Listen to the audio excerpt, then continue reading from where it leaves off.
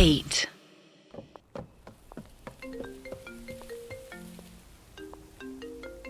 मैं उदास होकर छत से नीचे उतरने ही वाला था कि अननोन नंबर से एक कॉल आने लगी और साथ ही साथ तृप्ति की छत पर भी किसी के आने की आहट मिलने लगी।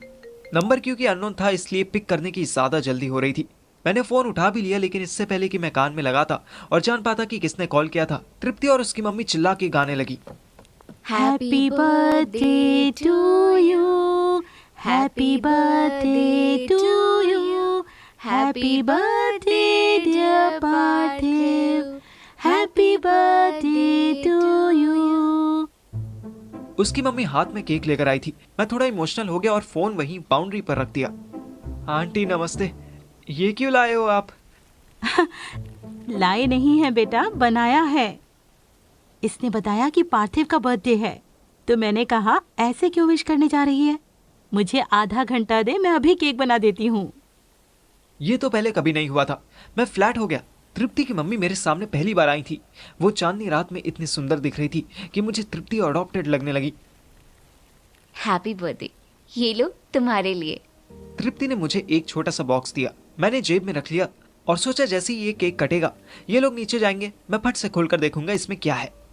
बेटा यहाँ तो बहुत तेज हवा चल रही है, कैंडल्स कैसे जलेंगी? एक काम करो, तुम नीचे चलो। मैं घबरा गया। नहीं आंटी, मेरी फैमिली इतनी जॉयफुल नहीं है, नीचे तो सब सो चुके हैं, मैं बिना कैंडल्स के अपना कटवा लूंगा। बेटा मैं अपने घर चलने के लिए कह रही हूँ, तुम्हारे नहीं। आ जाओ, नीचे ही सेलिब्रेट करते हैं। हाँ, फिर हमें बस अड्डे भी तो जाना है। देखो, तुम्हारे भाग से हमारी बस भी कैंसिल हो गई, वरना हम तो निकल ही गए होते। और क्या, फिर आप भी तो 12 बजे तक सो जाते हो यूजुअली, लेकिन अर्ली मॉर्निंग घर से निकलना था इसलिए जागते रहे। बातों बातों में दोनों औरतें अपनी बस कैंसिल होने का ब्लेम मुझ पर डाल रही थी। डोंट माइंड, बट आप लोग मुझे लकी बता रहे हो या मनहूस कि मेरी वजह से आपकी बस कैंसिल हो गई? हम तीनों हंसते खेलते नीचे जाने लगे। तुम तो बहुत ही हंसमुख हो बेटा। आजकल के बच्चे तो बस मोबाइल देखकर ही हंसते हैं और उसी में रो लेते हैं, सारा दिन उसी में लगे रहते हैं। Divided by looks but united by तानेबाजी।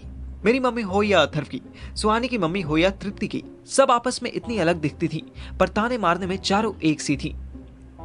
क्या मम्मा, अब तो फोन चलाना ही छोड़ दिया मैंने। मैं तुझे नहीं कह रही हूँ। चोरने की चोटी में तिनका। हाँ।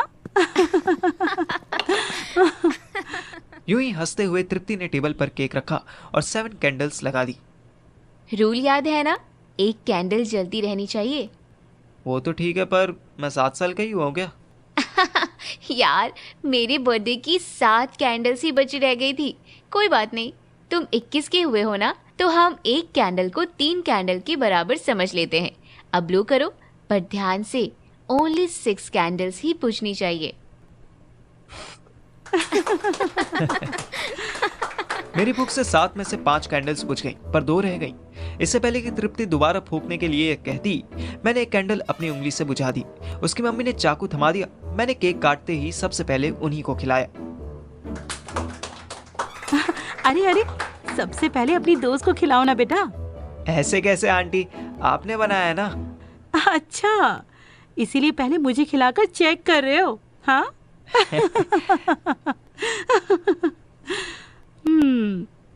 तृप्ति मेरी और अपनी मम्मी की फोटो लेने लगी।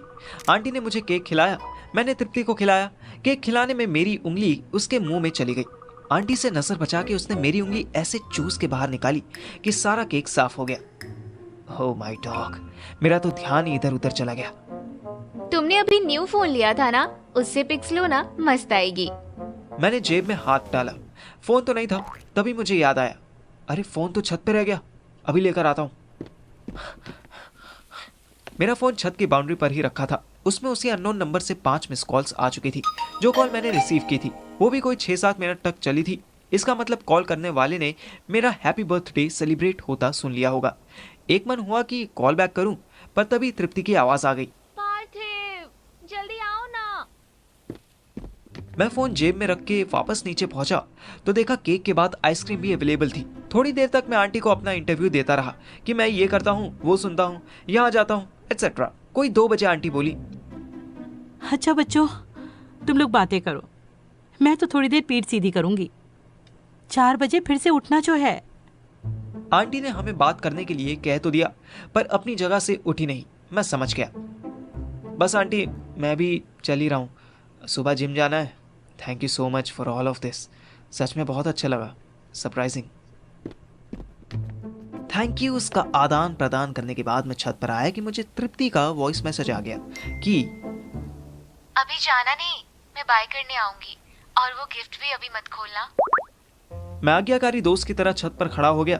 5 मिनट बीते, 10 मिनट बीते, मुझे नींद आने लगी। मैं जमीन पर ही बैठ गया और तृप्ति की बाउंड्री वॉल पर पीठ टिका के आंखें बंद कर ली। मुझे पता ही नहीं चला कि कब मैं बैठे बैठे ही सो गया। सपने में मैंने देखा कि सुहानी मेरी छत पर आई और मुझे सोता देख मेरी चुम्मी लेने लगी। मुझे फील करके ही बहुत अच्छा लगा। मैंने भी जवाबी कार्यवाही शुरू कर दी। अचानक ये सपना बहुत रियलिटी सा फील होने लगा। मैंने आँख खोली तो पाया कि तृप्ति मुझे पागलों की तरह किस कर रही थी। मैं चाहकर भी खुद को रोक ना पाया और हम दोनों किसिंग से बहुत आगे निकलने लगे। चांद की रोशनी में खुरखुरे छत के फर्श पर खुली हवा में हम दोनों अपने सारे कपड़े उतार चुके थे। उफ, तृप्ति शायद बहुत वीडियोस देखती थी क्योंकि वो एक से बढ़कर एक पोस्ट बना रही थी। हाँ, हम दोनों लाज शर्म सब छोड़कर एक दूसरे में समा गए। अचानक सब शांत हो गया, सिर्फ ठंडी ठंडी हवा महसूस होने लगी। मुझे मेरे 21वें बर्थडे पर अब तक का सबसे बेस्ट बढ़िया गिफ्ट मिल चुका था। मैं थक के सो गया। मैं नींद में ही था जब मेरे कान में आवाज आई, thank you for this, I love you Parthiv, always will, bye. मैं इतनी गहरी नींद में था कि उसको जवाब देने की भी हिम्मत नहीं कर पाया।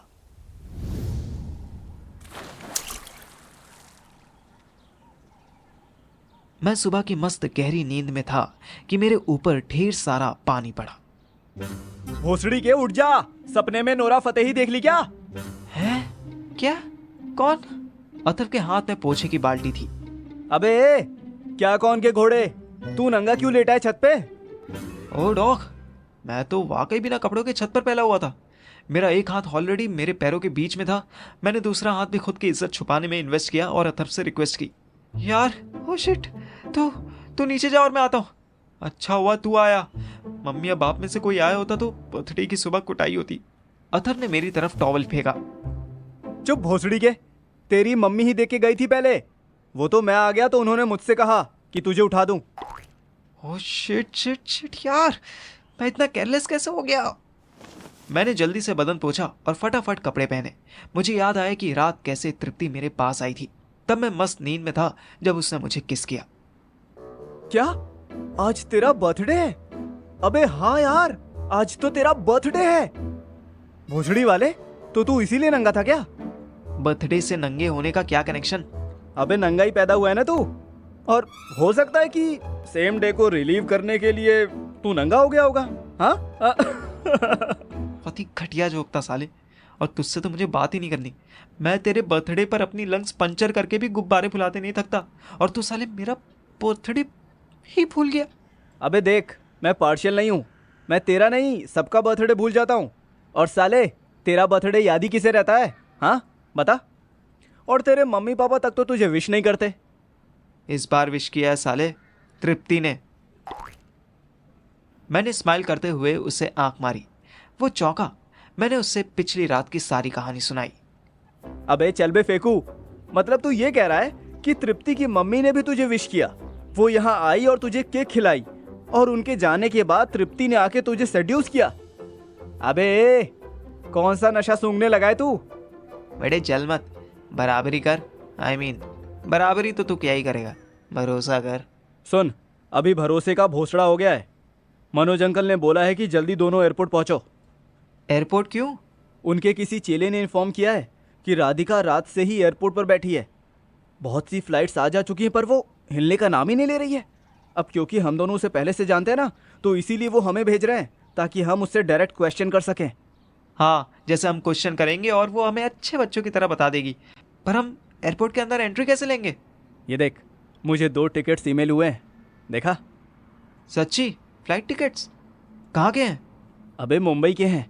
तुझे कब से कॉल कर रहा था मनोज, जब तूने उठाया नहीं तो उसने मुझसे ईमेल आईडी ली और ये भेज दिया। तो और कुछ नहीं तो फर्स्ट फ्लाइट के मजे ही ले लेंगे। अबे ज़्यादा खुश मत हो, ये टिकट्स बस हमारी एंट्री के लिए हैं। वो एयरपोर्ट में बिना टिकट के घुसने नहीं देते ना, इसीलिए। और अगर वो कहीं जाने लगी तो हम वापस आ जाएंगे। अगर वो मुंबई जा रही हुई तो? अबे तो हम भी पीछे पीछे उड़ चलेंगे। अबे अरे तू पहले जिप बंद कर अपनी, साले सुबह सुबह तुझे नंगा देख लिया है। याक, आज कुछ अच्छा होने की उम्मीद भी नहीं कर सकता। देखियो, एयर हॉस्टेस भी आंटियों जैसी मिलेंगी। मोबाइल खोलते ही मुझे याद आया कि रात किसी अननोन नंबर से कॉल आया। मैंने चलते चलते ही कॉल बैक मारी।